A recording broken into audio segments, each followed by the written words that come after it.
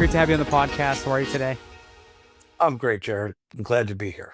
I'd love to, since this is the first time you've been on the podcast, I'd love to quickly just get a little bit about your background and then give us an overview of Grasshopper Bank, and then we'll go into our chat here today.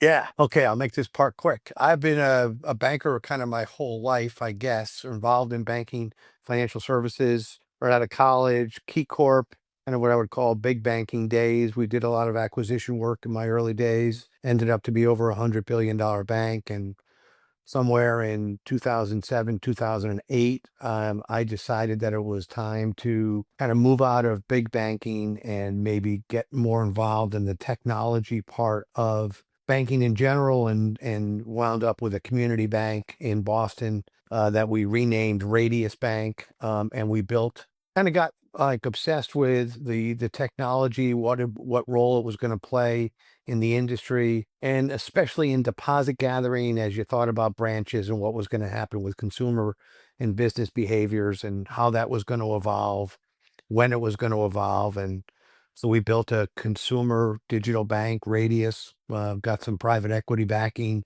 in 2015, and then sold to Lending Club in 2021, the deal closed, and then had an opportunity to join Grasshopper Bank, which over the years that we were building Radius, started to build their own digital bank. But unlike Radius was focused on consumer, Grasshopper was focused on the business and innovation economy. We had just come off PPP, where we found a whole bunch of ways to look to serve that business community with a technology solution. Very exciting part of where the industry is going from a technology perspective. So I joined Grasshopper in 2021. We kind of redirected the strategy a bit, and here we are in 2025.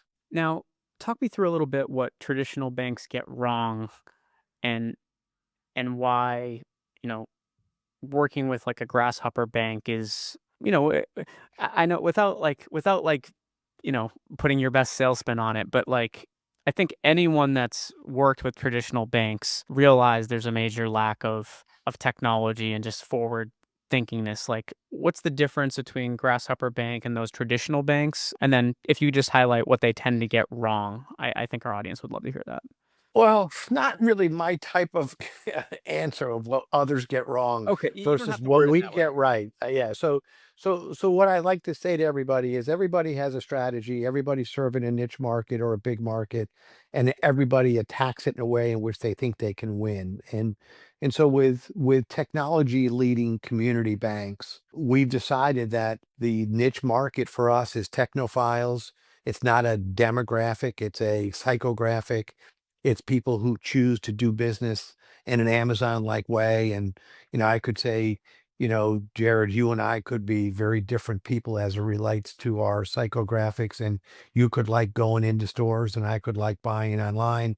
It could be the other way around, but it's your preferences.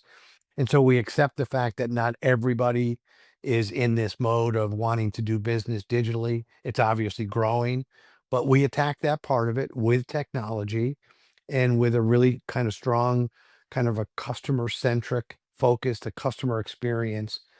And I think that when you can get niched like that and be really super focused and kind of commit to technology, you can deliver a little bit of a better product or service than maybe others that aren't doing it as focused as the community banks or digital banks can do it. What gets you, up every day and continuing to wanna work on this business? Actually, I think it's the demand pull of the consumer and the businesses who seem to have a bigger and bigger appetite to kind of consume their financial services in a more digital or technology oriented way. And every day that you come to the office and think about the number of clients that are looking to do business with you, you kind of get excited about finding better and better ways to deliver those solutions.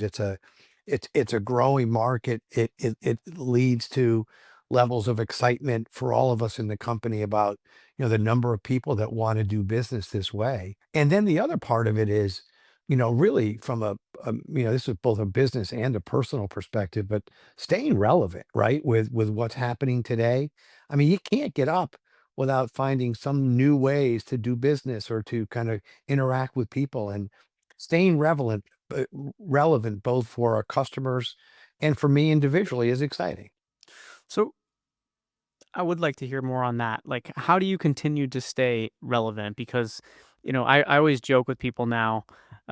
If someone went away for 2 weeks and just said no news, no updates, no what's happening with AI, they would be a little lost when they came back, even being gone for 2 weeks, right? So, what are some ways that and your team continue to stay relevant and stay up to date on just the consistently changing tech landscape and all new ways that you can best serve your consumers? Yeah, so it's a tricky balance, Jared, right? So there's first you just got to commit to you're never going to be complacent. You're never going to be satisfied. It's like, you could have been complacent in a slower moving, technology oriented environment 10 years ago. Things moved in months or quarters or even, years. But today things are moving daily. And so you can't be complacent. Every day there's an opportunity to improve. And you got to bring that attitude to your job every day. Is this something that we can improve upon? How can we improve upon it? But balancing yourself to not be chasing every shiny object, because at the end of the day, if all we do is chase new technology and don't deliver the right service or products to our customers, we're not doing our job. So that, and I think making sure you have people around you that have that same kind of intellectual curiosity, we call it, right? Not being complacent, always trying to figure out what's next, testing and learning. We do a lot of testing and learning around here about what could be better, how could we do things better. We listen to a lot of people. It's important to be out in the marketplace, listening to people. We talk to a lot of technology companies. Inside our company, we don't develop technology. We partner with technology, and so we talk to a lot of young technology companies. What are they doing? How are they doing it? Is it really better than what we're doing today? And not be scared to change if we can make advancements. Is, I guess, one way what is one way that these technology companies, the ones that you end up partnering with, like, what's the best way if there is truly no spam, if there is truly something they think they can be working with you on, what traditionally is the best way? Does it have to come from someone that is already working with you or already has a relationship? What's kind of the best way to take that collaboration to the next step? Yeah, a couple. Great question, Jared. So we do this all the time, and it always comes back to cultural alignment, right? So are you really dedicated to delivering something that it can improve the customer's life experience, something that is long term and sustainable, not just a shiny object? Do you care about doing it the right way over the long term? And when we get that cultural alignment with people, the technology differential becomes de minimis, right? It's when you got the right alignment, you know, and you got the right people that you want to work with, right? Working with the right people is always the best choice, because if you can trust your partner and your partner does what they say they're going to do, you're going to execute and deliver. So in all the partnerships that we've had, every one of them that's worked out the right way, we've chosen the right people to work with and had the right cultural alignment. You've been doing this now at Grasshopper Bank for a little over just about over 4 years, right? What's one thing you wish you knew when you started this role that you now know that would have been super helpful for you to know day 1? Yeah, that's interesting. As I think back on, what I would have liked to have known when I first started. I think I would have liked to have known that AI was going to be as big as it is today.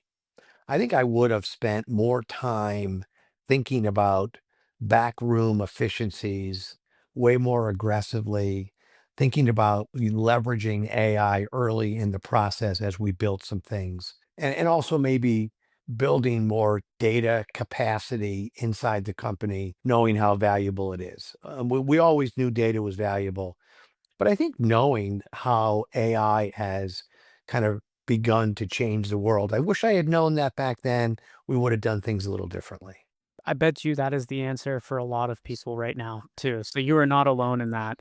There was a lot of people, and you didn't do this, but there's a lot of people that overlooked it entirely, right? And thinking it'll just be another phase. And Some of those people are scrambling right now. So but you're not alone in that. When you think through what the future of this space looks like, you don't have to give away any secrets here, but like, how do you see the next 5 years playing out with now what we know?